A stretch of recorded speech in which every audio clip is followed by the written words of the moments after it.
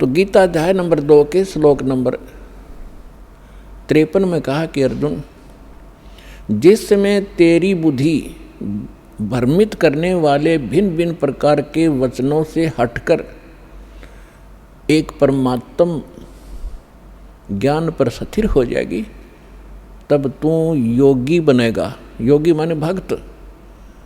तब तो तू भगत का होगा, नहीं तो कोई भी जहाँ भी आप जाते हो आपको तत्व ज्ञान है नहीं। कोई भी सिर्फ आपको दो अटपट करके वहाँ से डिगा देता है, आपको सुमार्ग से विचलित करके कुमार्ग पर खींच ले जाता है। और जिस समय आप इस तत्व ज्ञान से दृढ़ हो जाओगे तो यहाँ पर ब्रह्मा विष्णु महेश आ जाएगी आपके सामने। आप ज्ञान में डगमग नहीं हो सकते, उनको विचलित कर दोगे। ये ऐसा ज्ञान है।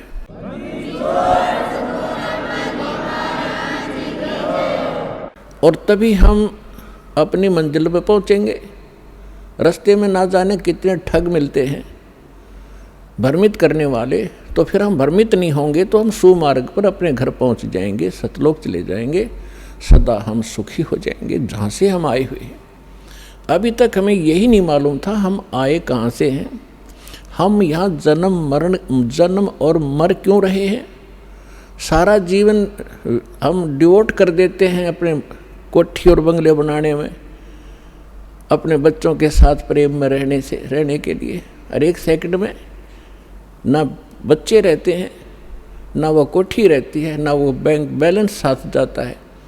साथ जाते हैं वो कर्म पाप के जो सारे जीवन में इकट्ठे करी और भक्ति करी नहीं, नेक्स्ट जीवन उसका बहुत बुरा होगा। तो हमें परमात्मा के ज्ञान से भूत वर्तमान और भविष्य की जानकारी हुई। अब कोई तो एक ही व्यक्ति है, मानव शरीर सभी का समान है, कर्म में कितना अंतर है। तो ये कर्म किए कब थे? कभी पिछले जन्मों में, भूतकाल के अंदर। तो भूतकाल आज का वर्तमान ही भूतकाल बनेगा और आज के वर्तमान से हमारा भविष्य बनेगा। इसलिए सत्संग में आने से, परमात्मा के तत्व ज्ञान से परिचित हो जाने से प्राणी अपने उद्देश्य को प्राप्त करता है, समझता है कि मनुष्य का उद्देश्य क्या था। तो पुण्यात्माओं, आपको सत्संग मिला, सतगुरु मिले। सतगुरु उसे कहते हैं जो सच्चा ज्ञान बतावे और सदग्रंथों पर आधारित हो। इस दास के जितने वचन होंगे उन महापुरुषों की वाणी जिनको भगवान मिले, और वो हमारे प्रमाणित सदग्रंथ होंगे जिनको हम आज तक श्रेष्ठ और सत्य मानते रहे हैं। श्रीमद् भगवद गीता अध्याय नंबर 16 के श्लोक नंबर 23-24 में कहा कि अर्जुन, शास्त्र विधि को त्याग कर जो मनमाना आचरण करते हैं उनको न तो कोई सुख होता है, न कोई सिद्धि प्राप्त होती है, और न उनको कोई गति प्राप्त होती है। और हम इन तीन वस्तुओं के लिए ही भक्ति करते हैं, मोक्ष हो, संसार में हम सुखी रहें और हमें कुछ सिद्धि प्राप्त हो। सिद्धि माने हमारे कार्य सिद्ध हों, और सत भक्ति के अंदर ये सिद्धियाँ आ जाती हैं जिन सिद्धियों के आधार से एकाध सिद्धि को प्राप्त करके ये ऋषिजन हमें अपने पीछे लगाए रहा करते थे। तो हमने उन सिद्धियों का प्रयोग नहीं करना, वो आपके इस जीवन काल में ऑटोमेटिकली काम करते रहेंगे। आपके कार्य सिद्ध होंगे, आप पर आने वाली जो बला टलेंगी वो भक्ति की सिद्धि से ही होता है। तो पुण्यात्माओं, सत्संग में आने से प्राणी को ज्ञान होता है परमात्मा का विधान सुनने से। मानुष जन्म दुर्लभ है, ये मिले न बारंबार, जैसे तरवर से पत्ता टूट गिरे वो बहोर न लगता डार। मानुष जन्म पाके जो नहीं रटे हरि नाम, जैसे कुआ जल बिना फिर बनवाया क्या काम। कबीर राम रटत कोड़ी भलो, चू चू पड़े जो चाम, वो सुंदर शरीर किस काम का, भाई जा मुख नाही नाम। कबीर जिह्वा तो वाहे भली, जो रटे हरि नाम, नहीं तो काट के फेंक दियो, मुख में बलो न चाम। परमात्मा की जानकारी, मनुष्य जीवन का उद्देश्य सत्संग से ज्ञान होता है, और अभी तक हमें सत्संग मिला नहीं। जिन महापुरुषों को हम विद्वान मानते थे, उनको अध्यात्म मार्ग का कुछ भी ज्ञान नहीं था। वो केवल संस्कृत भाषा जानते थे। उसके विषय में सूक्ष्म वेद में कहा है कि भेड़ पूछ को पंडित पकड़े, भेड़ पूछ को पंडित पकड़े, ये भादो नदी विहंगा, गरीबदास व भवजल डूबे, जिन नहीं साध सत्संगा। परमेश्वर कबीर साहब कहते हैं, कबीर इस संसार को समझाऊं कै बार, और पूछ पकड़ के भेड़ की, ये उतरा चाव पार। जैसे भादों के अंदर बहुत वर्षा हुआ करती है, दरिया अपने फुल स्विम पर बहकर चलती है, किनारों को छूता हुआ भयंकर जल चलता है, तेज बहाव होता है। उस दरिया को पार करने के लिए यदि कोई ये कहे कि भेड़ की पूंछ पकड़ दे, ये तुझे परले पार कर देगी, और उस व्यक्ति को जानकर जान के कोई भेड़ की पूंछ पकड़ कर दरिया में चले जाता है, तो अंडरस्टूड है उसके साथ के बनेगी। तो यहाँ परमात्मा कहते हैं, कबीर इस संसार ने समझाऊं कै बार, और पूंछ पकड़ के भेड़ की, ये उतरा चाव पार। इसी बात को आदरणीय गरीबदास साहिब जी, जो परमात्मा से परिचित हुए, सचखंड देखा, सतलोक गए, फिर वापस आए, परमात्मा से प्राप्त उस तत्व ज्ञान के आधार से कहते हैं कि भेड़ पूंछ को पंडित पकड़े, ये भादो नदी विहंगा, गरीबदास व भवजल डूबे, जिन नहीं साध सत्संगा। जिनको संत का सत्संग नहीं मिला, वो इस भवजल रूपी दरिया के अंदर डूब जाते हैं। और जो साधनाएं आप कर रहे थे, वो भेड़ की पूंछ पकड़ा रखी थी। श्राद्ध निकाल दो, टेर भी कर लो, फिर फूल चुग लो, इससे काम लगा रखे थे हम। भक्ति के तो आसपास भी नहीं पहुँचे थे, कहीं नामो निशान नहीं था भक्ति का। फिर कोई ज़्यादा ही श्रेष्ठ समझते थे, हरे राम हरे कृष्ण, सीता राम राधे श्याम, राधे राधे श्याम मिला दे, ये गीत गाते रहे। इससे भी कोई ज़्यादा ऊंचे उठे, वो कहते हैं ओम नाम सबसे बड़ा, इससे बड़ा ना कोई, ओम नाम का जाप करे शुद्धात्मा होए। तो ये अधूरा ज्ञान था, यह भेड़ की पूंछ थी। हमने जाना है सत्यलोक में, जहाँ हम पहले रहा करते थे,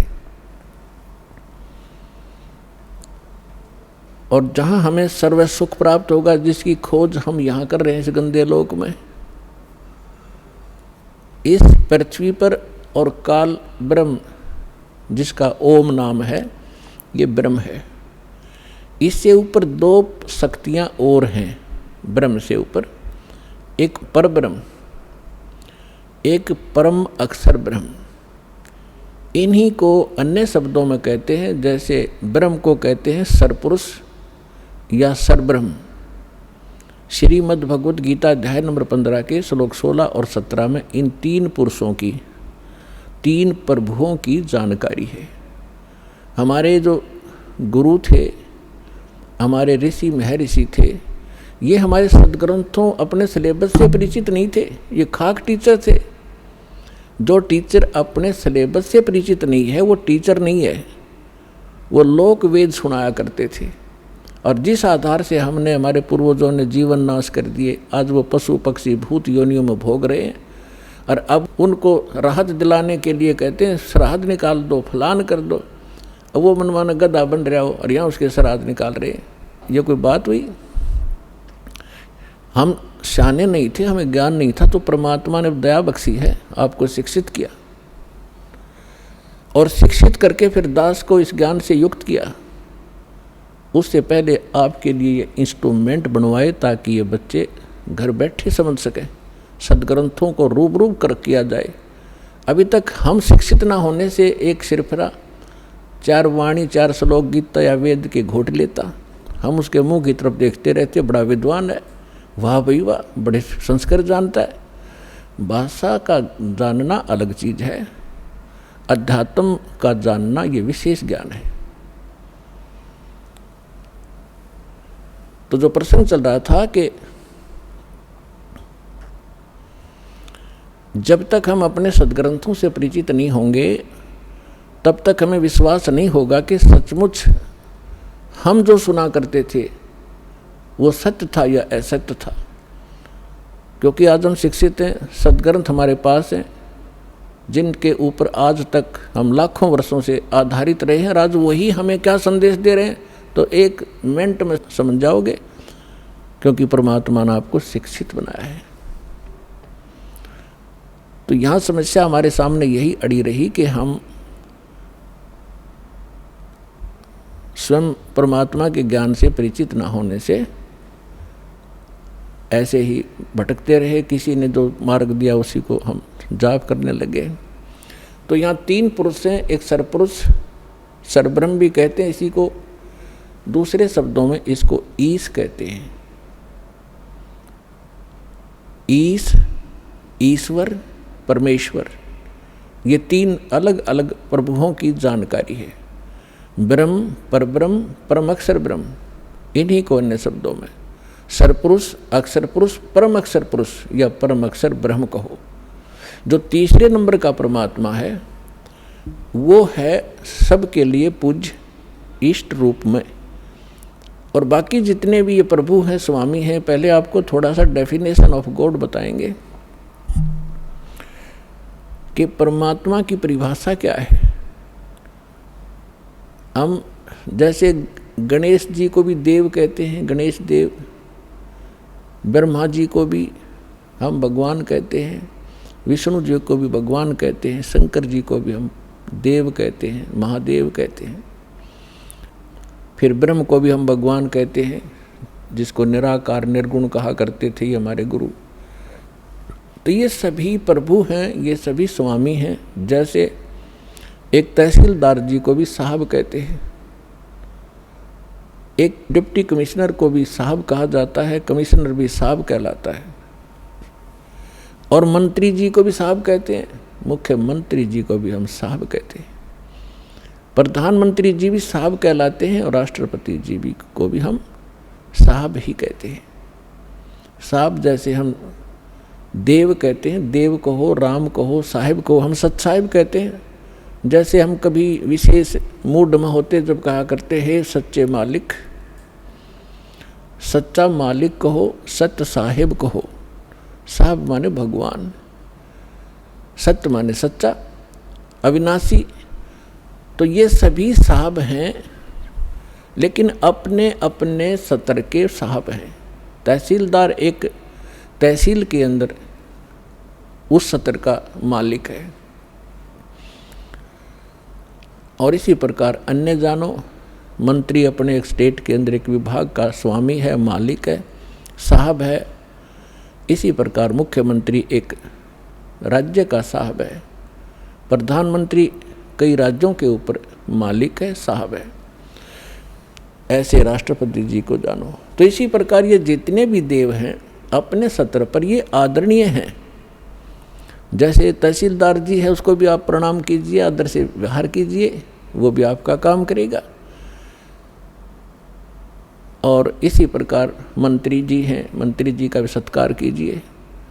यदि आपका प्रधानमंत्री जी के साथ संपर्क है तो ये कहने की आवश्यकता नहीं, ना बताने की, कि नीचे के साहब फिर कितनी आसानी से काम किया करते हैं, करना तो उन्होंने ही है। तो आज आपका मेल उस समर्थ शक्ति से हो चुका है, और जो उस समर्थ शक्ति की शरण में आ जाते हैं, फिर नीचे के जितने भी राम हैं, जितने भी ये देव हैं, आपके काम को बहुत आसानी से करते रहे। करना इन्होंने ही है, क्योंकि यहाँ की एक व्यवस्था बना रखी है। जैसे आपको सबसे पहले या मंत्र जो दिए जाते हैं वो उन्हीं साहबों के दिए जाते हैं। इस स्टेट के साहब हैं ये। इसके साथ साथ आपको उस परम पिता परमात्मा की भी भक्ति दी जाती है, जिसके साथ होने से ये साहब आपको बहुत आसानी से लाभ देते हैं। इनके ये मूल मंत्र हैं, ये इनकी पूजा नहीं है। यहाँ भ्रमित कर देते हैं ये सिर्फ कुछ जो 100-200 हज़ार 2000 को पीछे लगा रहे हैं नकली संत, और विशेषकर ये कबीरपंथी या राधा स्वामी धन धन सतगुरु वाले। ये क्या भ्रमित करते हैं कि देखो ये तो देवताओं की पूजा कराता है, ये तो प्रथम मंत्र ही देवताओं के देता है और बात करता सतलोक और सचखंड की। तो इसलिए प्रत्येक सत्संग में हम नहीं बता पाते, क्योंकि पूरे वर्ष के अंदर हमने एक सिलेबस कवर करना होता है। तो कभी कभी किसी न किसी सत्संग में हम अवश्य सुनाते हैं, इस तरह की एक विवेचन देते हैं। तो वो हमारी सीडी बनी होती है, उनको आप ले जाइए, बहुत सस्ते में यहाँ मिलती हैं आपको। ये अनमोल वचन है, आपके बालकों के भी काम आएगा, आपके भी काम आएगा। आप सुन रहे थे जगत गुरु तत्वदर्शी संत रामपाल जी महाराज जी के मंगल प्रवचन। अधिक जानकारी के लिए विजिट कीजिए हमारी वेबसाइट www.jagatgururampalji.org। संत रामपाल जी महाराज जी के शुभ आशीर्वाद से पूरे विश्व भर में 500 से भी ज्यादा नाम दीक्षा केंद्र हैं, जिन पर संत रामपाल जी महाराज जी द्वारा ऑनलाइन निशुल्क नाम दीक्षा दी जा रही है। अपने नजदीकी नाम दीक्षा केंद्र का पता करने के लिए संपर्क करें 8222880541।